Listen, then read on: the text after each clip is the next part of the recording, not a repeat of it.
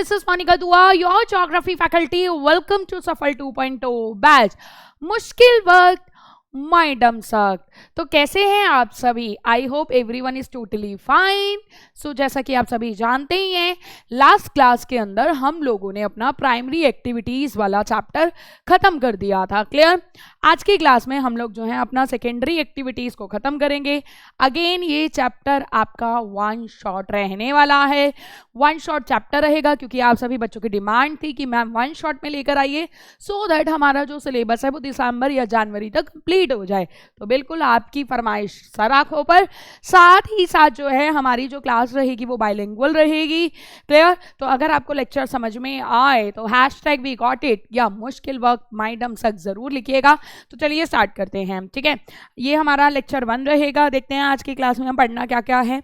सबसे पहले हम जानेंगे फीचर्स ऑफ मैन्युफैक्चरिंग, कि मैन्युफैक्चरिंग क्या होता है और इसकी विशेषताएं क्या होती हैं। फिर हम जानेंगे क्लासिफिकेशन ऑफ इंडस्ट्रीज, कि इंडस्ट्रीज क्या होती हैं, कितने कितने टाइप की होती हैं, उसके बारे में पढ़ेंगे। फिर हम जानेंगे हाई लेवल ऑफ टेक्नोलॉजी, और फिर हम जो है कुछ MCQs करेंगे। क्लियर? तो चलिए स्टार्ट करते हैं। सबसे पहले हम जानते हैं मैन्युफैक्चरिंग का मतलब, कि मैन्युफैक्चरिंग क्या होती है। ठीक है, manufacturing involves a full array of production from handicrafts to molding iron and steel and stamping out plastic toys to assembling delicate computer components और space vehicles। तो देखो सीधी सी बात है, बहुत आसान है। कह रहे मैन्युफैक्चरिंग में ना बहुत सारी चीज़ें होती हैं, ये एक पूरा प्रोसीजर होता है, इसमें आप प्रोडक्शन करते हो। सबसे पहले तो आप ये बात ध्यान रखना कि मैन्युफैक्चरिंग में यानी विनिर्माण उद्योग के अंदर आप प्रोडक्शन करते हो, उत्पादन करते हो। ठीक है, अब वो प्रोडक्शन हैंडीक्राफ्ट चीज़ों का भी हो सकता है। हैंडीक्राफ्ट्स का मतलब होता है चीज़ों को हाथों से बनाना, वो भी हो सकता है। साथ ही साथ आयरन एंड स्टील को मोल्ड करके उसमें कुछ बदल कर उसको कुछ बनाना, वो भी हो सकता है। प्लास्टिक टॉयज वगैरह जो हैं उनके ऊपर जो है मतलब स्टैंपिंग करना, वो भी हो सकता है। ठीक है, या जो हमारे कंप्यूटर जो बनता है तो कंप्यूटर के अंदर बहुत सारे कंपोनेंट्स यूज होते हैं, उसको असेंबल करना, वो भी हो सकता है। तो मैन्युफैक्चरिंग में कुछ भी हो सकता है, किसी भी चीज़ का प्रोडक्शन हो सकता है। क्लियर? छोटी से छोटी, बड़ी से बड़ी, किसी भी चीज़ का प्रोडक्शन हो सकता है। ये पूरा एक जो होता है प्रोसीजर चलता है, और कई बार ये प्रोसीजर बहुत सिंपल होता है, और कई बार ये जो प्रोसीजर होता है मतलब प्रोडक्शन करने का जो प्रोसीजर होता है वो काफ़ी कॉम्प्लेक्स भी होता है। डिपेंड करता है कि आप कैसी मशीनें यूज़ कर रहे हो। क्लियर? चलिए आगे बढ़ते हैं। अब बात ये आती है कि मैम जो आज मॉडर्न लार्ज स्केल इंडस्ट्रीज होती हैं, ठीक है, ज़्यादातर आजकल आपको मैन्युफैक्चरिंग जो मिलेगी वो लार्ज स्केल मिलेगी। क्यों लार्ज स्केल मिलेगी ना, देखो मैं आपको बताती हूँ। देखो आज के टाइम में एक इंसान इतना टाइम स्पेंड कर रहा है किसी चीज़ को बनाने में, तो उसका मेन पर्पस क्या होगा कि भैया उसको बेनिफिट हो, वो व्यापार करे, उसको बेच के उसको पैसा कमाए। ठीक है, अब मास प्रोडक्शन वो करेगा तो तभी तो वो पैसा ज़्यादा कमा पाएगा, और सिर्फ थोड़ा सा ही प्रोडक्शन करेगा तो वो ज़्यादा पैसा भी नहीं कमा पाएगा।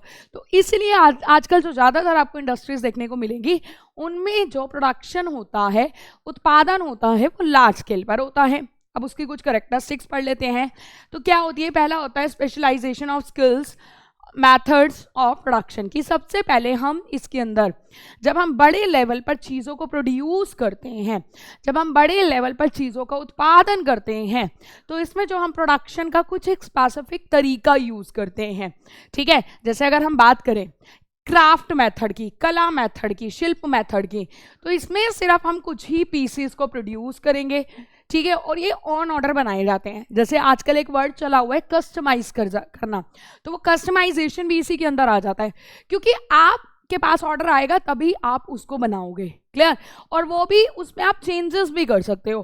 क्यों चेंजेस कर सकते हो? क्योंकि उसमें आप जो कस्टमर आपसे मांग रहा है उसकी चीज़ के बिहाफ पर, उसकी डिमांड्स के बिहाफ पर आप चेंजेस कर सकते हो।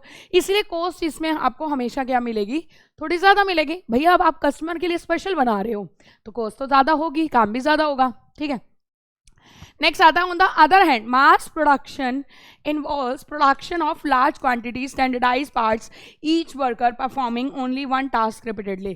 जबकि जो मास प्रोडक्शन होता है, यानी जब हम बड़े लेवल पर मास प्रोडक्शन करते हैं, बड़े लेवल पर उत्पादन करते हैं, तो एक तो इसमें बहुत सारी मशीनें, बहुत सारे वर्कर्स यूज होते हैं, हर एक वर्कर का काम बटा हुआ होता है और लगभग एक वर्कर जो काम कर रहा होता है रिपीटेडली बार बार वो वही काम ही कर रहा होता है. पूरी चीज़ें स्टैंडर्डाइज होती है, क्वांटिटी काफ़ी ज़्यादा होती है और इसमें आपको ज़्यादातर देखने को मिलेगा एक जैसे ही प्रोडक्ट्स प्रोड्यूस होते हैं. समझ आ रही बात? तो कॉस्ट भी कहीं ना कहीं एज कंपैरिजन कम रहती है. क्लियर? चलिए आगे बढ़ते हैं. नेक्स्ट आता है मैकेनाइजेशन. अब मैकेनाइजेशन क्या होता है? इसका मतलब होता है यूजिंग गैजेट्स विच अकम्प्लिश टास्क. मतलब ऐसे गैजेट्स का उपयोग करना, ऐसे स्मार्ट गैजेट्स का उपयोग करना जिससे आपका काम पूरा हो जाए और वो भी जल्दी पूरा हो जाए. समझ आ रही है बात? Automation without aid of human thinking during the manufacturing process is the advance stage of mechanisation. ये पूछा भी जाता है कि मैकेनाइजेशन की सबसे एडवांस स्टेज क्या होती है. तो जब हम उसमें ऑटोमेटिक चीज़ों का यूज़ करते हैं विदाउट ह्यूमन थिंकिंग, ठीक है, तो वो ऑटोमेशन होता है. जैसे आजकल फुल्ली ऑटोमेटिक मशीन्स आई हैं, तो वो जो फुल्ली ऑटोमेटिक मशीन्स हैं उसमें जो हम मशीनरी यूज़ कर रहे हैं, अगर आप देख पा रहे होगे तो वो ऑटोमेशन हैं का ही तो उपयोग है. आप देख पा रहे होगे कि आज बाहर की अगर हम कंट्रीज़ में देखें तो ऐसी ऐसी वॉशिंग मशीन्स भी आ गई हैं जिसमें कपड़े अपने आप जो है वो भी हो जाते हैं, मतलब तय भी हो जाते हैं. तो ये सब ऑटोमेशन है. तब आप ह्यूमन थिंकिंग के बिना जो है, ह्यूमन थिंकिंग की हेल्प के बिना मैन्युफैक्चरिंग प्रोसेस में कुछ भी आप ऐसे गैजेट्स यूज़ कर रहे हो जो काम अपने आप हो रहे हैं, तो वो हमारे मैकेनाइजेशन की सबसे एडवांस स्टेज होती है.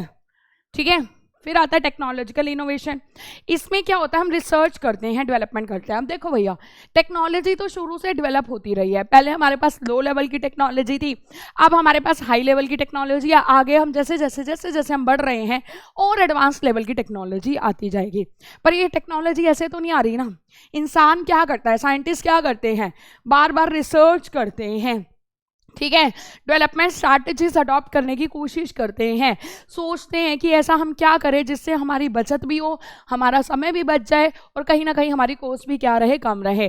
तो मॉडर्न जो मैन्युफैक्चरिंग होंगी वहाँ पर आपको ज़्यादातर जो एडवांस टेक्नोलॉजी का यूज़ देखने को मिलेगा. समझ आ रही है बात? आप खुद देखो ना, जैसे जो लोगों का उद्योग जो होता है, इंडस्ट्रीज जो होती हैं घरों में ही होती हैं या आसपास होती है, वो लोग इतनी हाई लेवल की मशीन्स यूज़ नहीं कर पाते क्योंकि उनके पास उतना पैसा नहीं होता. लेकिन जब हम बड़े लेवल पर इंडस्ट्रीज एस्टैब्लिश करते हैं, ठीक है, वहां पर उनको हाई लेवल की टेक्नोलॉजी, इनोवेटिव टेक्नोलॉजी यूज करनी पड़ती है ताकि उनका क्वालिटी कंट्रोल बना रहे, उनकी क्वालिटी के साथ कोई कॉम्प्रोमाइज ना हो. ठीक है. साथ ही साथ जो है अगर कुछ भी वेस्ट है वो ज़्यादा वेस्ट भी ना निकले, चीज़ें वेस्ट भी ना हो, ठीक है, इनएफिशिएंसी भी ना हो और कहीं ना कहीं पॉल्यूशन से भी जो है ज़्यादा पॉल्यूशन भी ना हो. वरना आपने देखा है कि इंडस्ट्री से कितना ज़्यादा पॉल्यूशन होता है. तो जो लार्ज स्केल हमारी जो बड़ी आजकल जो मॉडर्न स्केल हमारी इंडस्ट्रीज हैं उनमें ये चीज़ बहुत ज़्यादा देखी जाती है कि ऐसी टेक्नोलॉजी हम यूज़ करें जिनसे जो है कम से कम जो है वो पॉल्यूशन हो, पॉल्यूशन को बढ़ावा बिल्कुल भी ना मिले. क्लियर? आगे बढ़ते हैं. और अब हम बात करेंगे इसी में ही आगे, organisational structure and stratification modern manufacturing is characterised by. मतलब ये कह रहा है कि जो हमारी इंडस्ट्रीज होती हैं उसमें एक ऑर्गेनाइजेशनल स्ट्रक्चर होता है. ऑर्गेनाइजेशनल स्ट्रक्चर का मतलब समझते हो, चीज़ों के एक लेवल होते हैं. ठीक है, जैसे वर्कर्स है, वर्कर्स का एक हेड होगा, ठीक है, उसके ऊपर उनके कुछ हेड होंगे, फिर उसके ऊपर उनके कुछ हेड होंगे, फिर इंडस्ट्रीज के जो हैं आपके मैनेजमेंट के लोग होंगे. तो इस तरीके से पूरा एक क्या होता है, एक स्ट्रक्चर होता है. ठीक है. तो एक तो इसमें आपको एक कॉम्प्लेक्स मशीन टेक्नोलॉजी देखने को मिलती है जो ऑलरेडी मैं आपको बता ही चुकी हूँ कि आपको इंडस्ट्रीज में ज़्यादातर मशीनें कॉम्प्लेक्स देखने को मिलेंगी. अब मशीनें कॉम्प्लेक्स है तो ऐसे नॉर्मल कोई लेबर आके उसको नहीं चला सकता, तो उसके लिए लेबर भी स्किल्ड की ज़रूरत होगी कि कोई स्किल्ड लेबर हो जिसको उसका यूज़ करना आता हो. ठीक है. Extreme specialisation and division of labour for producing more goods with less effort and low cost. वही बात है, ये हम इसीलिए यूज़ करते हैं ताकि मैंने आपको बोला ना कि कोई भी साधारण लेबर उस मशीन्स को आके यूज़ नहीं कर सकती, तो लेबर्स का भी स्पेशलाइजेशन हो जाता है, ठीक है। साथ ही साथ उनसे एक्सपेक्ट किया जाता है कि ज़्यादा से ज़्यादा चीज़ों का प्रोडक्शन हो, उनकी मेहनत भी कम लगे और कॉस्ट भी कम लगे, क्योंकि अल्टीमेटली जितनी प्रोडक्शन की कॉस्ट कम होगी उतना ही जो है इंडस्ट्री ओनर्स को फ़ायदा होगा। समझ आ रही है बात? तो ये चीज़ तो बहुत क्लियर ही है। अच्छा, इसके अलावा कैपिटल अच्छी खासी लगती है, पैसा अच्छा खासा लगेगा, अभी मैंने आपको बताया ही है। इसीलिए जो आपने देखा होगा, जो आपके घरों के आसपास इंडस्ट्रीज होती हैं उनमें ज़्यादा हाई मशीन टेक्नोलॉजी या कॉम्प्लेक्स मशीनें यूज़ नहीं होती हैं, क्योंकि उनके पास उतनी कैपिटल नहीं होती है इन्वेस्टमेंट के लिए। बट इसमें आपको हाई कैपिटल मतलब अच्छी खासा पैसा लगेगा, बड़े बड़े ऑर्गेनाइजेशन होंगे, मतलब चीज़ों को, मतलब सारी चीज़ों का ना एक लेवल बटा हुआ होता है ताकि काम स्मूथली हो सके। एग्जीक्यूटिव ब्यूरोक्रेसी, और सबसे बड़ी बात है आपकी जो ब्यूरोक्रेट्स होंगे, मतलब जो उस इंडस्ट्री से रिलेटेड होंगे, वो भी प्रॉपर कैसे होंगे, वो भी आपके प्रॉपर ऐसे होंगे जो मतलब चाहते हैं कि काम प्रॉपर तरीके से एग्जीक्यूट हो सके। समझ आ रही है बात? Uneven demographic distribution. देखो अब एक चीज़ और ध्यान रखना कि हमारी ना जो इंडस्ट्रीज़ हैं, सबसे बड़ी बात प्रॉब्लम ये है कि इंडस्ट्रीज सब जगह नहीं है। अगर अभी आप इंडिया का ही एग्जांपल हो, इंडिया में अगर आप देख पा सकते हो, दिल्ली में क्या इंडस्ट्रीज़ हैं? इतनी नहीं है, ठीक है। हरियाणा पंजाब में देखोगे तो वो वहाँ पे ज़्यादातर एग्रीकल्चर है, ठीक है। इंडस्ट्रीज़ आपकी ज़्यादातर आपको झारखंड मिल जाएंगी, ठीक है, क्योंकि वहाँ पर वो है आपके मिनरल्स मिलते हैं। झारखंड है, उड़ीसा है, छत्तीसगढ़ है ना। तो हमारे ना जो इंडस्ट्रीज़ हैं वो जोग्राफिकली बहुत अलग अलग तरीके से बटी हुई हैं, मतलब एक जगह पर नहीं है सिर्फ। और स्पेशली अगर आप देखोगे ना, जो मॉडर्न मैन्युफैक्चरिंग इंडस्ट्रीज़ हैं वो तो सिर्फ कुछ ही जगहों पर हैं, और ऐसी जो जगहें हैं ना वो देश का, वर्ल्ड का 10% से भी कम एरिया कवर करती है। और उसमें भी अगर आप देखोगे जैसे यूएस है या वेस्टर्न यूरोप है, यहाँ पर आपको अच्छी खासी मॉडर्न ये जो हैं मैन्युफैक्चरिंग इंडस्ट्रीज़ मिलेंगी, लार्ज स्केल इंडस्ट्रीज़ मिलेंगी। बट यही अगर आप देखोगे अफ्रीका या एशिया की कंट्रीज़ में, वहाँ पे आपको ऐसा नहीं देखने को मिलेगा। क्लियर? तो ये एक बहुत बड़ा प्रॉब्लम है कि इंडस्ट्रीज सब जगहों पर इस्टेब्लिश नहीं है, सिर्फ कुछ ही एरियाज में, और वो भी बहुत कम एरियाज हैं जहां पर जो है इंडस्ट्रीज इस्टेब्लिश हैं, ठीक है। Industries maximise profits by reducing cost. ये तो मैंने आपको पहले ही बता दिया है कि इंडस्ट्रीज जो होती है ना उनको प्रॉफिट देखो सबसे ज़्यादा तब होता है जब उनकी कॉस्ट कम होती है। देखो जितनी लागत कम होगी ना, अगर वो कम में भी बेच लेगी, मान लो कोई चीज़ 1 रुपए की बनी है और अगर फिर वो उसको 2 रुपए या 3 रुपए में भी बेचेंगे तो कोई दिक्कत नहीं है, ठीक है। Therefore industry should be located at points where the production cost are minimum. तो बहुत ज़रूरी है कि इंडस्ट्रीज वहीं पर ही इस्टेब्लिश होनी चाहिए। कहाँ पर इस्टेब्लिश होनी चाहिए? उन एरियाज में स्टैब्लिश होनी चाहिए जहां पर उनकी जो प्रोडक्शन कॉस्ट है वो क्या है, वो कम से कम आए। समझ आ रही है बात? जैसे अब ये चीज़ें ना अगर आप देखोगे, अगर आप थोड़ी सी कॉमन सेंस भी अगर आप यूज़ करोगे ना, तो खुद सोचो, इंडस्ट्रीज रॉ मटेरियल के आसपास होनी चाहिए जहाँ रॉ मटेरियल मिलता है। कारण क्योंकि सीधी सी बात है, रॉ मटेरियल पास होगा तो ट्रांसपोर्टेशन कॉस्ट बढ़ जाएगी। अच्छा, रॉ मटेरियल तो है लेकिन ट्रांसपोर्ट नहीं है तो भी कोई फ़ायदा नहीं होगा। तो ट्रांसपोर्टेशन भी एफिशिएंट होना चाहिए, मार्केट भी होनी चाहिए। बहुत सारी चीज़ें होती हैं जो हमारे इंडस्ट्रीज़ की लोकेशन को क्या करती हैं, इन्फ्लुएंस करती हैं। जैसे सबसे पहला आता है एक्सेस टू मार्केट। ये सबसे इंपॉर्टेंट पॉइंट है। The existence of a market for manufactured goods is the most important factor in the location of industries. बिल्कुल सबसे मेन होता है मार्केट। देखो मार्केट क्या है? मार्केट वो जगह है, वो एरिया है जहाँ पर आप अपनी प्रोड्यूस चीज़ों को बेचते हो। आपने चीज़ों का प्रोडक्शन कर लिया, लेकिन अब प्रोडक्शन तो कर लिया, जो मार्केट है वो तो या तो अवेलेबल नहीं है, और अवेलेबल है तो बहुत दूर दूर कई हज़ारों किलोमीटर के डिस्टेंस पर अवेलेबल है। फ़ायदा नहीं होगा, बिल्कुल भी नहीं होगा भाई। कैसे फ़ायदा होगा? क्योंकि इतना तो ट्रैवलिंग का ही खर्चा निकल जाएगा ना। तो ये चीज़ आप ध्यान रखना कि मार्केट का होना बहुत ज़्यादा ज़रूरी है, वो भी आसपास। Remote areas inhabited bye a few people offer small markets. अब वही बात है, जो एरियाज हमारे रिमोट होते हैं, मतलब दूर दराज के एरिया होते हैं, ठीक है, वहाँ पर आप देखना वहाँ पर हमेशा छोटी छोटी मार्केट्स होंगी, ठीक है। लेकिन यही अगर आपके जो डेवलप्ड एरियाज हैं, जैसे यूरोप हो गया, आपका नॉर्थ अमेरिका हो गया, गया, जापान हो गया, ऑस्ट्रेलिया हो गया, यहाँ पे ग्लोबल मार्केट्स अच्छी खासी है, क्योंकि सीधी सी बात है, देखो मार्केट का मतलब यहाँ पे ये भी है कि कहीं ना कहीं लोगों की खरीदने की क्षमता होनी चाहिए। अब एक बात बताओ, मार्केट तो है लेकिन उस मार्केट के लोग गरीब है, उनके पास उतनी पेइंग कैपेसिटी नहीं है, तो भी कोई फायदा नहीं है। तो क्योंकि और ये जो कंट्रीज हैं जैसे यूरोप है, नॉर्थ अमेरिका है, जापान है, ऑस्ट्रेलिया है, यहाँ पे बड़ी बड़ी मार्केट्स इसीलिए भी है क्योंकि यहाँ पे लोगों की परचेजिंग पावर अच्छी खासी है, ठीक है, मतलब लोग खरीदते हैं।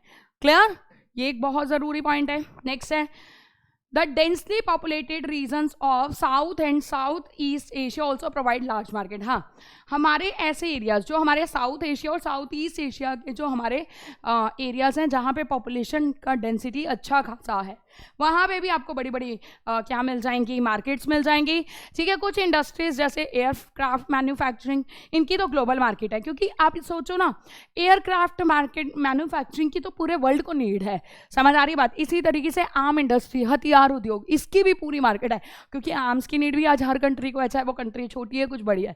तो डिपेंड करता है इंडस्ट्री टू इंडस्ट्री भी कि इंडस्ट्री किस टाइप की है। अगर इंडस्ट्रीज में कुछ ऐसी चीज़ों का प्रोडक्शन हो रहा है जो बहुत ही मैंडेटरी हैं, जो हर देश को रखनी ही रखनी है, जैसे हथियार हो गए, आपके एयरक्राफ्ट्स हो गए, है ना, जिसकी हर कंट्री को यूज है ही है, मतलब नीड होनी ही होनी है, तो ऑब्वियसली उनकी मार्केट ऑटोमेटिकली बढ़ जाएगी। और मार्केट कैसे बढ़ती है? मार्केट बढ़ती है डिमांड से, क्योंकि डिमांड है उसकी, तो मार्केट ऑटोमेटिकली बढ़ जाएगी, है ना।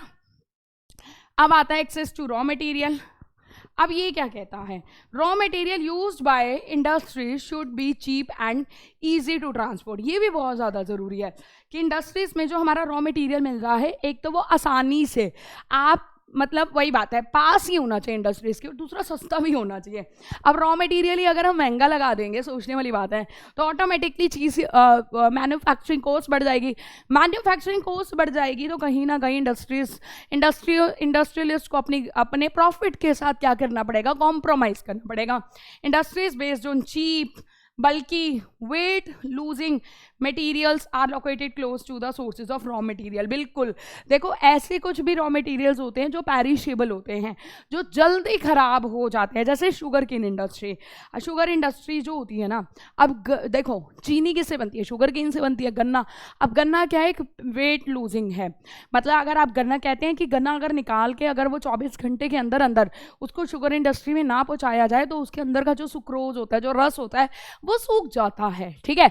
तो कुछ हमारे रॉ मटेरियल्स ऐसे होते हैं जो वेट लूजिंग होते हैं, तो वो तो स्पेशली हमारे जो है इनके पास ही होना चाहिए। इंडस्ट्रीज और रॉ मटेरियल बिल्कुल पास होना चाहिए। देखो लिखा भी हुआ है, शुगर हो गया, सीमेंट इंडस्ट्री हो गया, स्टील इंडस्ट्रीज हो गया, ठीक है। अच्छा, जो बल्कि है, बल्कि के लिए भी बहुत ज़्यादा ज़रूरत है, क्योंकि हैवी है तो उठाने इंसान तो उठा नहीं पाएगा, ट्रांसपोर्ट की नीड होगी, और ट्रांसपोर्ट भी अच्छे खासे की नीड होगी।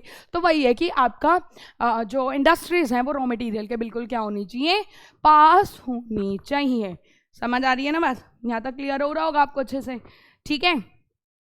उसके बाद आता है access to labour supply. Labour supply भी बहुत इंपॉर्टेंट है। इंडस्ट्रीज इस्टेब्लिश कर ली, ट्रांसपोर्ट भी है, ठीक है, रॉ मटेरियल भी है, मार्केट भी है, उस इंडस्ट्री में काम करने के लिए लेबर महंगी है, तो भी बहुत नुकसान है भाई। तो लेबर सप्लाई भी एक इम्पॉर्टेंट फैक्टर होता है लोकेशन ऑफ इंडस्ट्रीज की। हालांकि आजकल पता क्या हुआ है, क्योंकि मैंने आपको बताया ना, ज़्यादातर इंडस्ट्रीज आजकल मॉडर्न हो गई हैं, क्योंकि इंडस्ट्रीज में हाई टेक्नोलॉजी का यूज़ होता है, तो कहीं ना कहीं लेबर की ये जो डिमांड है कहीं ना कहीं कम हो गई, क्योंकि काफ़ी सारा काम तो मशीनें ही कर देती है। बट स्टिल मैं ये नहीं कह सकती कि लेबर को मशीनें रिप्लेस कर सकते हैं, ऐसा तो बिल्कुल भी नहीं है। बट येस, लेबर सप्लाई भी एक इंपॉर्टेंट फैक्टर है।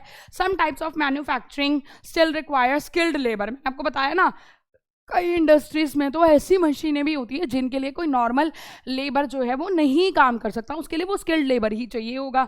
Increasing mechanisation, automation and flexibility of industrial process reduce the dependence of industry upon the labour. देखो मैंने कहा ना, जैसे जैसे हमारा मैकेनाइजेशन हो रहा है, हाई लेवल मशीन्स यूज़ हो रही हैं, ऑटोमेटेड मशीन यूज़ हो रही हैं, तो उसकी वजह से कहीं ना कहीं लेबर के ऊपर डिपेंडेंस जो है वो क्या होती जा रही है, कम होती जा रही है। बट ये देखा जाए तो एक तरीके से नेगेटिव पॉइंट हो गया, गया ना, क्योंकि अगर देखो लेबर की डिमांड कम हो जाएगी तो यार लेबर को एम्प्लॉयमेंट कहाँ से मिलेगा। अल्टीमेटली इंडस्ट्रीज वगैरह इनका प्रॉफिट से पहले तो मेन एम क्या है, यही है ना कि वहाँ के लोगों के आसपास के लोगों को काम मिले। अब लोगों को काम ही नहीं मिलेगा तो चीज़ें कैसे अप टू द मार्क होगी, कैसे हमारी मार्केट इंप्रूव होगी, जब लोगों की पेइंग कैपेसिटी ही इंक्रीज नहीं होगी, है ना। तो ये बहुत मतलब है वो। उसके बाद आता है access to sources of energy.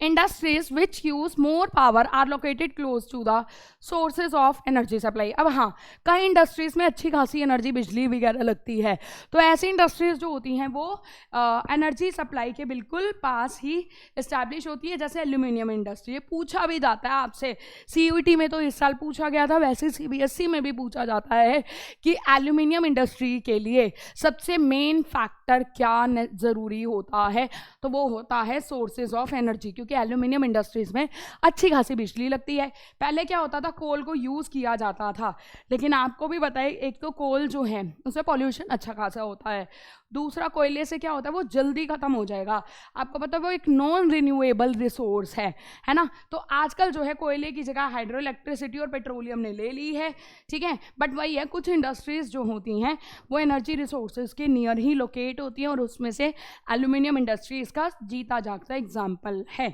Clear.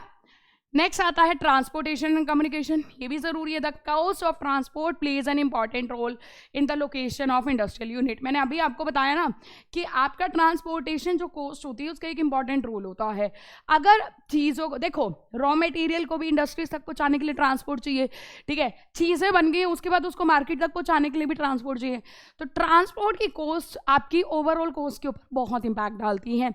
Modern industries inseparably tied to transportation system improvement in transportation led to integrated economic development, regional specialization of manufacturing। तो यही कह रहा है कि आजकल जितनी भी इंडस्ट्रीज एस्टैब्लिश होती हैं उसमें ट्रांसपोर्टेशन सिस्टम को तो सबसे ज़्यादा इंपॉर्टेंस दी जाती है, क्योंकि ट्रांसपोर्ट होना बहुत ज़रूरी है, ठीक है।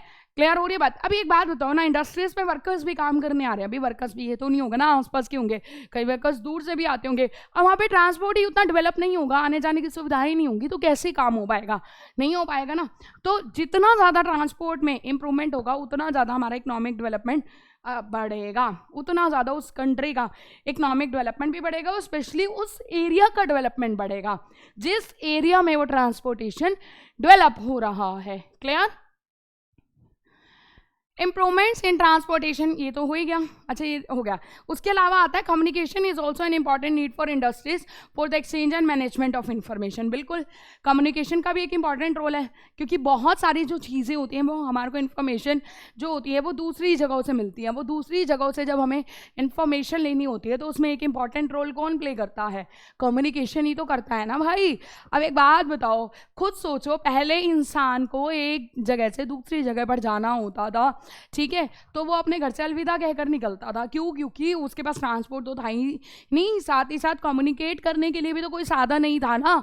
लेकिन आज कम्युनिकेशन से आप अपनी इंफॉर्मेशन को कहीं भी इजीली एक्सचेंज कर सकते हो, ठीक है, आप अपने ट्रेडर से बात कर सकते हो, इंडस्ट्रियलिस्ट का जो उनकी व्यापारी होती है जिनके साथ भी वो डील करते हैं उनसे बात कर सकते हैं, कब किस चीज़ की रिक्वायरमेंट है, सारी चीज़ों की कम्युनिकेशन हो सकती है ना।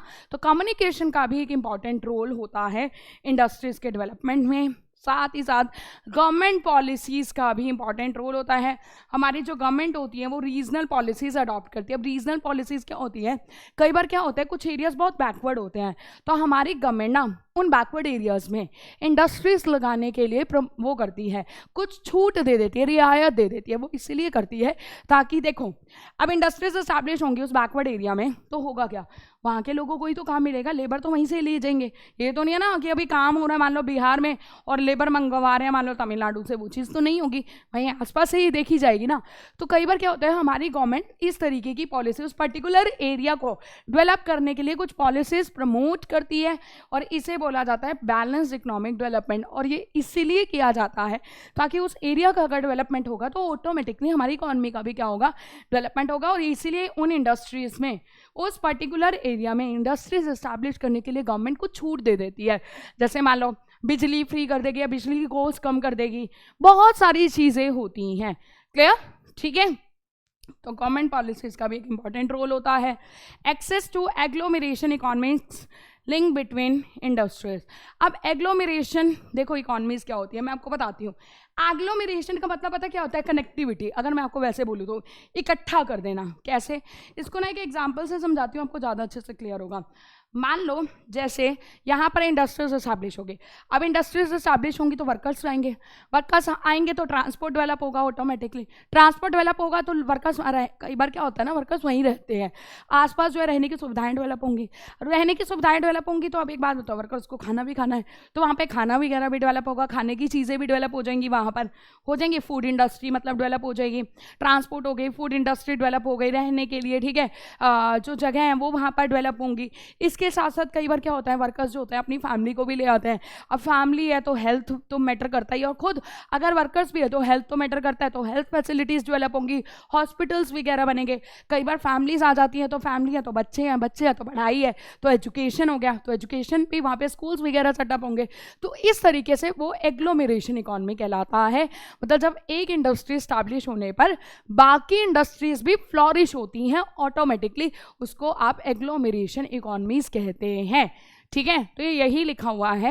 Many industries benefit from nearness to the leader industry. तो लीडर इंडस्ट्री से बाकी काफ़ी इंडस्ट्रीज को बेनिफिट मिलता है। जैसे मैंने आपको बताया ना, एक मान लो यहाँ पे iron and steel industry establish होगी बहुत बड़े लेवल की, अब उससे फूड इंडस्ट्री को भी फ़ायदा हो रहा है, हेल्थ भी वहाँ पे डेवलपमेंट हो रही है, हॉस्पिटल्स डेवलप हो रहे हैं, हॉस्पिटल्स में भी डॉक्टर्स चाहिए होंगे, नर्सेज चाहिए होंगे, और भी तरह तरह की लेबर चाहिए होती है ना। तो बहुत सारी चीज़ें होती हैं, बहुत सारी इंडस्ट्रीज़ को एक लीडर इंडस्ट्री से या बाकी की इंडस्ट्री से फ़ायदा मिलता है, और इन्हीं फ़ायदे को एग्लोमेरेशन इकोनॉमीज बोला जाता है। मतलब समूह, ठीक है, इकट्ठा हो जाना। मतलब एक इंडस्ट्रीज इस्टेब्लिश होने से उसके आसपास जो बाकी की इंडस्ट्रीज इस्टेब्लिश होती है उसको आप एग्लोमेरेशन इकोनॉमीज बोलते हैं। ठीक है, अच्छा, एक ये फूट लूज इंडस्ट्रीज आपकी बुक में दे रखा है, एंड दिस इज इंपॉर्टेंट। तो क्या होता है, देखो फूट लूज इंडस्ट्री ना, पहली बात तो कहीं पे भी सेटअप की जा सकती है। फूट लूज इंडस्ट्रीज के लिए ना, ठीक है, किसी रॉ मटेरियल की नीड नहीं होती, मतलब ये रॉ मटेरियल पे डिपेंडेंट नहीं होती कि रॉ मटेरियल होगा तभी यहाँ पे इस्टेब्लिश होंगी। They largely depend on component parts which can be obtain anywhere. वही बात है कि ये कहीं पे भी इस्टेब्लिश हो जाती है। मेनली ये देखते हैं कि वहाँ पे रोड नेटवर्क वगैरह अच्छे से क्या होना चाहिए, डेवलप होना चाहिए। जैसे डायमंड कटिंग है, वॉच मेकिंग है, घड़ियाँ बनाना, डायमंड कटिंग करना, ये सब फूड लूज इंडस्ट्रीज का ही पार्ट होता है। ठीक है, ये छोटी क्वांटिटी में प्रोडक्शन करते हैं और बहुत ही कम लेबर जो होती है उसको एम्प्लॉयमेंट प्रोवाइड करते हैं, और इनसे पॉल्यूशन भी नहीं होता है। इंपॉर्टेंट जो होता है वो होती है उसकी लोकेशन की, रोड नेटवर्क वहाँ पे डेवलप होने चाहिए। बाकी रॉ मटेरियल का फ़र्क नहीं पड़ता, रॉ मटेरियल कहीं से भी आ जाएगा, क्लियर, या वो अपने आसपास से ही के एरिया से ही रॉ मटेरियल को लेकर जो है अपने काम को पूरा कर लेते हैं। क्लियर? नेक्स्ट, अब हम बात करने वाले क्लासिफिकेशन ऑफ इंडस्ट्रीज। इंडस्ट्रीज को क्लासिफाइड कैसे किया जाता है? देखो, तो इंडस्ट्रीज को क्लासिफाइड उनके रॉ मटेरियल के हिसाब से, उनके साइज के हिसाब से, छोटा बड़ा बीच का, ठीक है, या उनके प्रोडक्शन के हिसाब से, या ओनरशिप के बिहाफ पर क्या किया जाता है, क्लासिफाई किया जाता है। तो सबसे पहले देखते हैं साइज के बिहाफ पर। तो साइज में क्या आता है, कितनी कैपिटल लगाई है, कितना पैसा लगाया है, कितने वर्कर्स वहाँ पर काम कर रहे हैं, कितना प्रोडक्शन हो रहा है। ये तीनों चीज़ें जो होती हैं किसी भी इंडस्ट्रीज के साइज को बताती हैं। ये बात आप ध्यान रखना, आपसे पूछा भी जा सकता है। क्या पूछा जा सकता है? आपसे ये पूछा जा सकता है कि किसी भी इंडस्ट्री का जो साइज होता है, ठीक है, वो कौन से 3 फैक्टर्स डिसाइड करते हैं। तो एक तो उसके अंदर कितना पैसा लगा है, दूसरा कितने वर्कर्स को काम मिल रहा है, और तीसरा कितना प्रोडक्शन हो रहा है। ठीक है, तो इस हिसाब से 3 तरीके की इंडस्ट्रीज होती हैं। एक होती है हाउस होल्ड या कॉटेज भी बोल देते हैं, एक होती है स्मॉल स्केल, और एक होती है लार्ज स्केल। ठीक है, चलिए देखते हैं। हाउस होल्ड इंडस्ट्री या कॉटेज मैन्युफैक्चरिंग इंडस्ट्री, ये सबसे छोटी मैन्युफैक्चरिंग यूनिट होती है इसमें क्या होता है ना, देखो हाउस होल्ड नाम से ही पता चल रहा है, घर में ही उत्पादन करेंगे। तो इसमें क्या होता है, आर्टिस्ट होते हैं, ठीक है, वो क्या करते हैं अपने आसपास के रॉ मटेरियल को और बिल्कुल सिंपल टूल्स को यूज़ करते हैं, ठीक है, अपने आसपास चीज़ों को प्रोड्यूस करने के लिए। अच्छा, लेबर कहाँ से लाते हैं, अपने फैमिली मेम्बर्स को ही एज अ लेबर यूज़ करते हैं, या फिर एक टाइम पर जब इनको लगता है इनके पास बहुत ऑर्डर आ गए हैं तो पार्ट टाइम लेबर थोड़े टाइम के लिए वो हायर कर लेते हैं। जैसे आपने देखा होगा कि लोग घरों में ही बास्केट बना रहे हैं, बैम्बूज की बास्केट बना रहे हैं, मैट्स बना रहे हैं, चटाइयाँ वगैरह बना रहे हैं। ये सब जो है ये हाउस होल्ड कॉटेज इंडस्ट्री का पार्ट होता है। समझ आ रही है बात, किसका पार्ट होता है, हाउस होल्ड कॉटेज इंडस्ट्री का पार्ट होता है। क्लियर। चलिए नेक्स्ट आता है स्मॉल स्केल इंडस्ट्रीज। अब ये स्मॉल स्केल इंडस्ट्रीज क्या होती है, इसमें भी रॉ मटेरियल आसपास का यूज़ करते हैं। सिंपल ही मशीन्स होती हैं, पर वो पावर ड्रिवन मशीन्स होती हैं, मतलब मशीन जो होती हैं वो उससे चलेंगी, आपकी किससे, पावर से चलेंगी, ठीक है। और सामी स्किल्ड लेबर यूज़ होते हैं, ठीक है, इसमें एम्प्लॉयमेंट भी होता है और ये लोकल परचेजिंग पावर को बढ़ाता है। मतलब ये ऐसी चीज़ों का प्रोडक्शन करता है, स्मॉल स्केल मैन्युफैक्चरिंग में ऐसी चीज़ों का प्रोडक्शन होता है जिससे आपकी आसपास की बेसिक ज़रूरतें पूरी होती हैं। तो अगर बेसिक, मतलब वही बात होगी कि अगर आप बेसिक ज़रूरतों वाली चीज़ें प्रोड्यूस करोगे तो ऑटोमेटिकली वहाँ के लोगों की जो परचेजिंग पावर होगी वो बढ़ जाएगी। कैसे बढ़ जाएगी, क्योंकि एम्प्लॉयमेंट भी तो आसपास के लोगों को ही मिलेगा ना, है ना, इसीलिए। नेक्स्ट आता है लार्ज स्केल इंडस्ट्रीज। तो इसमें क्या होता है, लार्ज मार्केट होती है, कैपिटल बहुत ज़्यादा होती है, तरह तरह के रॉ मटेरियल यूज़ होते हैं, बहुत ज़्यादा एनर्जी यूज़ होती है, वर्कर्स भी स्पेशलाइज्ड होते हैं। स्पेशलाइज्ड वर्कर क्यों होते हैं, मैंने अभी आपको बताया, क्योंकि ऑटोमेटेड मशीनें यूज़ होती हैं, एडवांस टेक्नोलॉजी होती है, असेंबली लाइन मास प्रोडक्शन होता है। असेंबली लाइन मास प्रोडक्शन का मतलब होता है, जैसे आपने देखा होगा, जैसे जो गाड़ियों की मैन्युफैक्चरिंग इंडस्ट्रीज होती हैं वहाँ पे क्या होता है ना, ऐसे एक लाइन में काम चलता है। तो यहाँ पे जैसे ये वाले जो वर्कर्स खड़े होंगे उनका एक अपना अलग काम होगा, इधर वाला अलग काम होगा, इसका अलग काम होगा, इसका अलग, तो ऐसे ऐसे लाइन में चलता जाता है, उसको बोलते हैं असेंबली लाइन। तो अगर मान लो एक भी वर्कर से वो काम मिस हो गया तो आगे का पूरा वो बिगड़ जाएगा, ठीक है। तो असेंबली लाइन मास प्रोडक्शन होता है और पैसा अच्छा खासा लगता है। इस तरीके की जो मैन्युफैक्चरिंग है वो 200 साल पहले डेवलप हुई थी, यूएस यूरोप वगैरह में डेवलप हुई थी, यूके, यूएस और यूरोप में, और आजकल तो खैर ये अफ्रीकन और एशियन कंट्रीज़ में भी हो गई है डेवलप, बट 200 साल पहले ये सिर्फ इन्हीं कंट्रीज़ में डेवलप हुई थी और दैट्स वाई ये कंट्रीज़ ज़्यादा डेवलप्ड हैं। रीज़न ये है ना, इनके यहाँ पे बहुत कई साल पहले ही लार्ज स्केल इंडस्ट्रीज वो हो गई थी, और लार्ज स्केल इंडस्ट्रीज में बेनिफिट भी लार्ज स्केल का ही होता है फिर, क्योंकि अगर वो अच्छा खासा पैसा लगा रहे हैं इंडस्ट्रियलिस्ट तो बेनिफिट भी अच्छा खासा कमाएंगे, ये चीज़ हो जाती है, ठीक है। आगे हम बढ़ते हैं। On the system of large scale manufacturing the world's major industrial region में be grouped under 2 broad types, namely traditional large scale industrial regions. हाँ, अब ये भी देखना कि लार्ज स्केल मैन्युफैक्चरिंग के बिहार पर हमारा जो देश की, हमारे जो वर्ल्ड के अंदर इंडस्ट्रियल एरियाज हैं वो 2 पार्ट्स में बटे हुए हैं। एक तो होता है traditionally large scale industrial area, ठीक है, जो कि सिर्फ कुछ ही डेवलप्ड कंट्रीज़ में है, जो कि क्या है, सिर्फ कुछ ही डेवलप्ड कंट्रीज़ में, मतलब वो शुरू से ही परंपरागत ही वो क्या है, पारंपरिक तरीके से ही वो लार्ज स्केल जो है वो यूज़ कर रहे हैं, मैन्युफैक्चरिंग वो कर रहे हैं। समझ आ रही बात। High technology large scale industrial region which have diffused to less developed countries, ठीक है। इसके अलावा जो है कुछ ऐसे भी हमारी लार्ज स्केल इंडस्ट्रीज अब आजकल इस्टेब्लिश हुई हैं जो बहुत ज़्यादा हाई टेक्नोलॉजी यूज़ करी है, और वो आपको थोड़ी कम डेवलप्ड कंट्रीज में भी देखने को मिल जाएंगी। समझ आ रही बात, लाइक चाइना वगैरह हो गया, ठीक है। अब रॉ मटेरियल के बेसिस पे कैसा रॉ मटेरियल हम अपनी इंडस्ट्रीज में यूज़ करते हैं, तो भी बड़े तरीके की जो होती है इंडस्ट्रीज होती है, जैसे एग्रोबेस। एग्रोबेस मतलब इसमें हम जो यूज़ करेंगे वो एग्रीकल्चरल बेस्ड यूज़ करेंगे, ठीक है। मिनरल बेस मतलब मिनरल्स हम रॉ मटेरियल को यूज़ करेंगे, minerals as a raw material use होंगे, ठीक है। उसका केमिकल बेसिस में केमिकल्स यूज़ होंगे, फॉरेस्ट बेस में फॉरेस्ट प्रोडक्ट्स को एज रॉ मटेरियल यूज़ किया जाएगा, एनिमल बेस में एनिमल्स से जो हमें मटेरियल मिलता है उसको as a raw material use किया जाएगा, ठीक है। Clear. Agro based industries.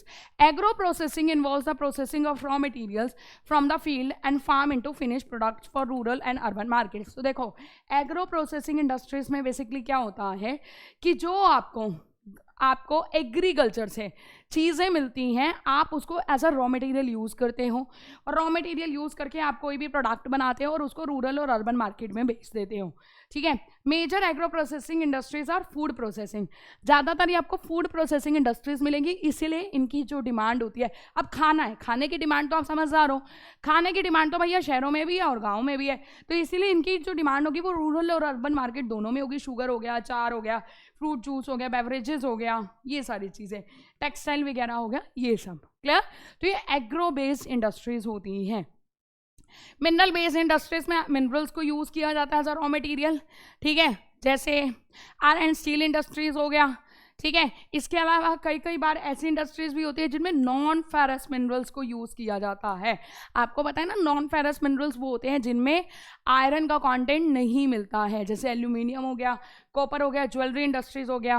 Many industries use non metallic minerals such as cement and pottery industry, बिल्कुल सीमेंट में जो है non metallic raw material use होता है, क्लियर, ये आपने 11th में भी पढ़ा होगा। नेक्स्ट आता है केमिकल बेस्ड, इसमें क्या होता है, इसमें हम केमिकल यूज़ करते हैं, नेचुरल केमिकल्स को यूज़ करते हैं, जैसे मिनरल ऑयल हो गया, ये पेट्रोकेमिकल इंडस्ट्रीज़ में यूज़ किया जाता है, सॉल्ट हो गया, सल्फर हो गया, पोटाश हो गया, ये भी जो होते हैं इन इंडस्ट्रीज़ में भी नेचुरल मिनरल्स को यूज़ किया जाता है, ठीक है। केमिकल इंडस्ट्रीज़ भी जो होती हैं वो रॉ मटेरियल के ऊपर जो होती हैं वो बेस्ड होती है, जैसे वुड हो गया, कोल हो गया आपका, ठीक है, सिंथेटिक फाइबर हो गया, प्लास्टिक हो गया, ये सब जो है इनके अंदर केमिकल यूज़ होता है, इसलिए इनको केमिकल बेस्ड इंडस्ट्रीज बोला जाता है। नेक्स्ट आता है फॉरेस्ट बेस्ड रॉ मटेरियल, तो इसमें जो होता है फॉरेस्ट बेस्ड रॉ मटेरियल में जो फॉरेस्ट होते हैं वो भी काफ़ी सारे हमारे को प्रोडक्ट्स प्रोवाइड करते हैं जो हम as a raw material use करते हैं। जैसे इसका तो सबसे बड़ी मार्केट है फर्नीचर, वुडन, टिम्बर हो गया, टिम्बर किया जाता है उस फर्नीचर इंडस्ट्री में, वुड हो गया, बैम्बू हो गया, ग्रास हो गया, ये पेपर इंडस्ट्री में यूज़ किया जाता है, लाख इंडस्ट्री, लाख की चूड़ियाँ बनती हैं, ठीक है। तो ये सब जो है ये सारा आपको जो प्रोडक्ट रॉ मटेरियल मिलेगा सारा फॉरेस्ट से मिलता है। ये तो देखो, ये तुम्हें सब देखो, ये चीज़ ऐसी है जो तुम्हें एक बार पढ़नी है और तुम्हें याद करनी है, दैट्स इट, और कुछ भी नहीं, इसमें ना ज़्यादा चीज़ें नहीं हैं समझाने की, आपने नोटिस किया होगा। नेक्स्ट आता है animal based industries, leather industry, अभी लेदर है, लेदर एनिमल से मिलता है, वुलन टेक्सटाइल में जो वूल है वो भी एनिमल से मिलती है। Ivory is also obtain from, Ivory होता है आपका ये हाथी दांत को बोला जाता है, ठीक है, हाथी दांत की भी इंडस्ट्रीज होती हैं, इसके लिए भी आपको वो एनिमल जो एलिफेंट होती है उसके टस्क वगैरह से आपको वो मिलता है, तो ये भी आपकी एनिमल बेस्ड इंडस्ट्रीज हो गई, ठीक है। उसके बाद आता है जो इंडस्ट्रीज हमारी आउटपुट प्रोडक्ट के ऊपर बेस्ड होती है, the industries whose products are used to make other goods by using them as a raw material और बेसिक इंडस्ट्री। बेसिक इंडस्ट्री का अगर मैं आपको बोलूँ तो सबसे लेटेस्ट एग्जांपल पता क्या है, आयरन एंड स्टील इंडस्ट्री। कौन सा है, आयरन एंड स्टील इंडस्ट्री, समझ आ रही है बात, आयरन एंड स्टील इंडस्ट्री, मतलब इस इंडस्ट्री में जो बनता है, मतलब ये कहना चाह रहा है कि कुछ इंडस्ट्रीज ऐसी होती है जिनमें जो प्रोडक्ट बनता है ना वो दूसरी कंट्रीज़ में as a raw material use होता है। जैसे आयरन एंड स्टील इंडस्ट्रीज़ में जो भी आयरन बनता है उस आयरन को हम बाकी की इंडस्ट्रीज़ में as a raw material use करते हैं, तो उसको आप बोलोगे बेसिक इंडस्ट्रीज़, क्योंकि बाकी इंडस्ट्रीज़ के लिए बेस है। अगर ये ही नहीं होगा तो बाकी कंट्रीज़ का बाकी इंडस्ट्रीज़ का फ्लोरिश होना बहुत मुश्किल हो जाएगा, क्लियर। और एक होती है आपकी कंज्यूमर गुड्स इंडस्ट्रीज, इसमें आप वो चीज़ें ग्रो करते हो जिन्हें डायरेक्ट जो है हम उपभोक्ता कंज्यूम करते हैं, जैसे ब्रेड हो गया, बिस्किट हो गया, टी हो गया, सोप हो गया, टॉयलेटरीज हो गया, ठीक है, पेपर, टीवी वगैरह, ये सब आपकी नॉन बेसिक या फिर कंज्यूमर गुड्स होती हैं, क्लियर, ठीक है। नेक्स्ट आता है ओनरशिप के बिहाफ पर, तो 3 तरीके की होती है, ये आपने 10th में भी पढ़ा है। पब्लिक सेक्टर इंडस्ट्रीज को गवर्नमेंट मैनेज करती है, ठीक है, पब्लिक सेक्टर में आपका क्या आ जाएगा, BSNL हो गया, ठीक है, और पब्लिक सेक्टर में आपकी जो ये PSU होती हैं आपकी सारी, आपका ONGC हो गया, भेल हो गया, Bharat heavy electrical limited. Private sector वो होता है जो कोई पर्टिकुलर इंडिविजुअल या ग्रुप ऑफ इंडिविजुअल ओन करता है, जैसे रिलायंस हो गया, इसका तो सबसे बड़ा example. These are manage by private organisation. In capitalist in countries industries are generally own privately, ठीक है। जो कैपिटलिस्ट इंडस्ट्रीज हैं, US, यूरोप की जो इंडस्ट्रीज हैं, वहाँ पर जो आपको ज़्यादातर इंडस्ट्रीज मिलेंगी वो पर्टिकुलर लोगों की मिलेंगी या ग्रुप ऑफ लोगों की मिलेंगी, गवर्नमेंट के हाथ में नहीं मिलेंगी। फिर आता है मिक्स, अच्छा मिक्स वाला नहीं है। अच्छा मिक्स क्या होता है, एक होती है मिक्स इंडस्ट्रीज। मिक्स में क्या होता है कि दोनों का जॉइंट वेंचर होगा, किसका, पब्लिक का भी और गवर्नमेंट का भी, दोनों का क्या होता है, जॉइंट वेंचर होता है। ठीक है, जैसे जहाँ तक मुझे याद आ रहा है मारुति सुजुकी जो है शायद वो गवर्नमेंट का जॉइंट वेंचर है। क्लियर, समझ आ रही है बात। नेक्स्ट आता है हाई टेक्नोलॉजी इंडस्ट्री। अब ये क्या होता है, application of intensive research and development, वही R&D।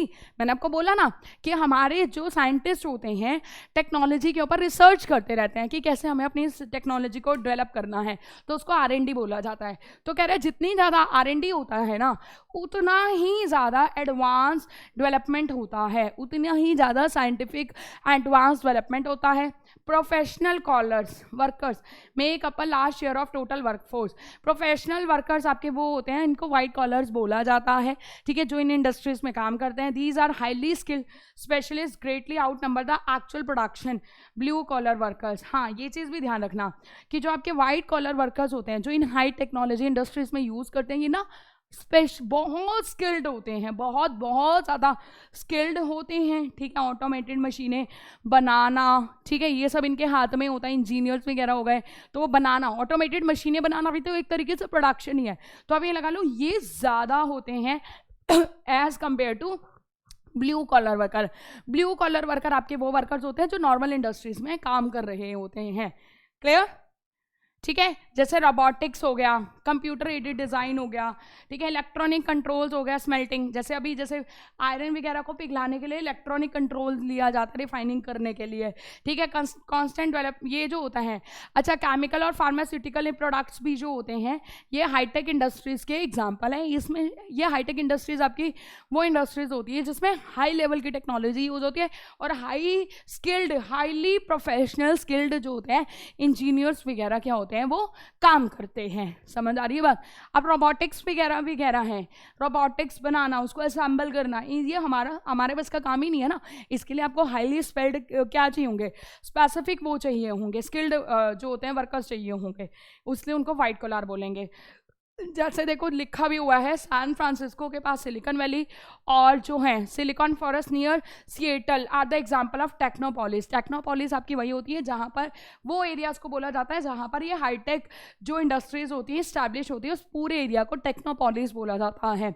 Manufacturing contribute significantly to the world economy. Iron and steel, textile, automobiles, petrochemical and electronic are some of the world most important manufacturing industries. मतलब इनका तो सबसे ज़्यादा use होता है।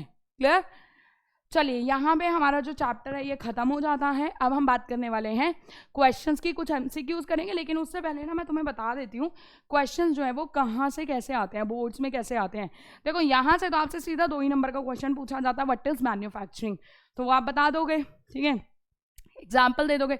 ये आपसे यहाँ पे 5 नंबर का क्वेश्चन पूछा जाता है कि मैन्युफैक्चरिंग जो होती है, लार्ज स्केल मैन्युफैक्चरिंग होती है, इसकी कैरेक्टरिस्टिक्स क्या होती हैं। तो ये आपसे 4 या 5 नंबर का क्वेश्चन पूछा जा सकता है। क्लियर, तो यहाँ पे ये सारी हमने अभी तक इसकी कैरेक्टरिस्टिक्स ही पढ़ी थी, तो ये आप बता देना। ठीक है, ये 5 नंबर का क्वेश्चन बनता है इस चैप्टर का, 4 या 5 नंबर का जो भी आपके लॉन्ग आंसर टाइप में आता है वो आपका यहाँ पर ये बनता है। ठीक है, इसके अलावा जो है यहाँ से भी क्वेश्चन बनता है फैक्टर्स। ठीक है, factors for location of industries की लोकेशन के लिए कौन कौन से फैक्टर्स इंपॉर्टेंट होते हैं, ये भी आपका 4 या 5 नंबर का क्वेश्चन बनता है आपके बोर्ड्स के हिसाब से, जिसमें आप access to raw material, market, labour supply, sources of energy, transportation, ये सब लिख कर आओगे। ठीक है, उसके बाद आप लिखोगे टाइप्स और, अच्छा ये फूड लूज इंडस्ट्री, ये आपका 2 नंबर का क्वेश्चन बनता है, ये आपके 2 नंबर का ही क्वेश्चन बनता है आपके पेपर में, तो ये आप कर लेना। ये भी बहुत आसानी है, एग्जाम्पल मैंने आपको बता ही दिया था। डायमंड हो गया, डायमंड कटिंग इंडस्ट्री हो गया, जो हम घड़ियाँ बनाते हैं वो हो गया। ठीक है, ये आ जाएगा। फिर आता है क्लासिफिकेशन ऑफ इंडस्ट्री। अब क्लासिफिकेशन ऑफ इंडस्ट्री से आपके 3 नंबर के क्वेश्चन बन सकते हैं, जैसे ओनरशिप वाला बन जाएगा 3 नंबर का, साइज के बिहाफ पर वाला बन जाएगा 3 नंबर का। समझ आ रही है बात। बेसिक गुड्स और वो जो अभी कंज्यूमर गुड्स बताया था वो 2 नंबर का क्वेश्चन बन सकता है। ठीक है, क्लियर। और ये स्मॉल स्केल लार्ज के लिए तो मैंने बताई थी आपको 3 नंबर का क्वेश्चन बन सकता है आपका। क्लियर। इसके अलावा ये केमिकल, ये आपका बन सकता है। ठीक है, रॉ मटेरियल के भी यहाँ पर ये 5 नंबर का बन सकता है, क्योंकि इसमें काफ़ी सारी चीज़ें हैं, तो ये 5 नंबर का आपका या 4 नंबर का क्वेश्चन बन सकता है। ठीक है, chemical base, raw material base जो हमने पढ़ा था ना, एनिमल बेस, फॉरेस्ट बेस, वो सारी चीज़ें। अच्छा, आउटपुट प्रोडक्ट्स के भी यहाँ पर इसमें दो ही चीज़ें हमने पढ़ी थी, आउटपुट वाला बेसिक और नॉन बेसिक, तो ये 2 नंबर का ही बनेगा। ठीक है, ये आपसे एग्जांपल देके पूछ लेगा कि ब्रेड बटर ये कौन सी इंडस्ट्री में आता है, तो ये आता है नॉन बेसिक इंडस्ट्रीज में, कंज्यूमर गुड्स में आता है, ऐसे पूछ लेगा। और उसके बाद concept of high technology industry, ये आपका 3 नंबर का क्वेश्चन बन सकता है। ठीक है, इसमें फिर आप ये लिख के और इसका आप एग्जाम्पल दे सकते हो। ये वाला जो मैंने अभी आपको लास्ट में दिया सैन फ्रांसिस्को वाला, कि इनको टेक्नोपोलिस बोला जाता है, ये आप दे सकते हो एग्जाम्पल। ठीक है, तो ये मैंने आपको बता दिया। चलिए अब हम CUET के पॉइंट ऑफ व्यू से कुछ क्वेश्चंस करते हैं। एल्यूमिनियम इंडस्ट्री इज, अरे यार कहाँ गया, यस, चलिए, aluminium industry is located near the source of, आपको ये बताना है कि जो हमारी एल्यूमिनियम इंडस्ट्रीज होती हैं वो किसके पास लोकेटेड होती हैं। हमने पढ़ा भी था अभी ये, एनर्जी, रॉ मटेरियल, मार्केट या नन ऑफ द अबव। बताइए भाई, ये तो हमने पढ़ा भी था, नन ऑफ द अबव पे टिक हो गया, पर वो करेक्ट आंसर नहीं है। बताइए क्या लगता है, अभी तो हमने पढ़ा था ना कि कुछ इंडस्ट्रीज ऐसी होती है जिनमें हाई लेवल की एनर्जी चाहिए होती है, एनर्जी कांस्टेंट चाहिए होती है, सोर्स ऑफ एनर्जी कांस्टेंट चाहिए होते हैं, तो करेक्ट आंसर क्या जाएगा, एनर्जी। क्या जाएगा correct answer, energy. Clear. Next question, which of the following is a high tech industry region, इसमें से कौन सा एक हाईटेक इंडस्ट्री रीजन है, मतलब जहाँ पे हाई लेवल की टेक्नोलॉजी बेस्ड इंडस्ट्रीज एस्टैब्लिश होती हैं, iron valley, silicon valley, computer valley या नन ऑफ द अबव। तो ये तो अभी बताया मैंने आपको एग्जांपल टेक्नोपोलिस का, सिलिकॉन वैली बताया ना, नियर सैन फ्रांसिस्को, तो करेक्ट आंसर क्या आ जाएगा, silicon valley. Next, Jamshedpur is located in which state of India, बताओ भाई, जमशेदपुर को हमारे इंडिया की स्टील सिटी बोला जाता है। ठीक है, जमशेदपुर जो है यहाँ पर बहुत ज़्यादा आपको पता है हमारी iron and steel industries establish है, टिस्को भी हमारी यहीं इस्टेब्लिश हुई थी, Tata iron and steel industry. बताइए जमशेदपुर कहाँ पर है हमारे इंडिया में, बहुत ही आसान है, कहाँ पर है, झारखंड। जमशेदपुर कहाँ पर है, झारखंड। ठीक है, next, which of the following country is a leading producer of raw cotton, raw cotton जो है प्रोड्यूस करने में हम एक लीडिंग जो है वो कंट्री कौन सी है, मतलब कौन सी कंट्री ऐसी है जो रॉ कॉटन जो है वो क्या करती है, प्रोड्यूस करती है। बताइए भाई, रॉ कॉटन। ठीक है, बताइए क्या लगता है क्या जाएगा करेक्ट आंसर, रॉ कॉटन।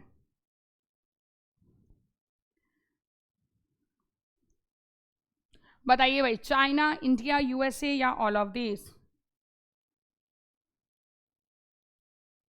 क्या लगता है।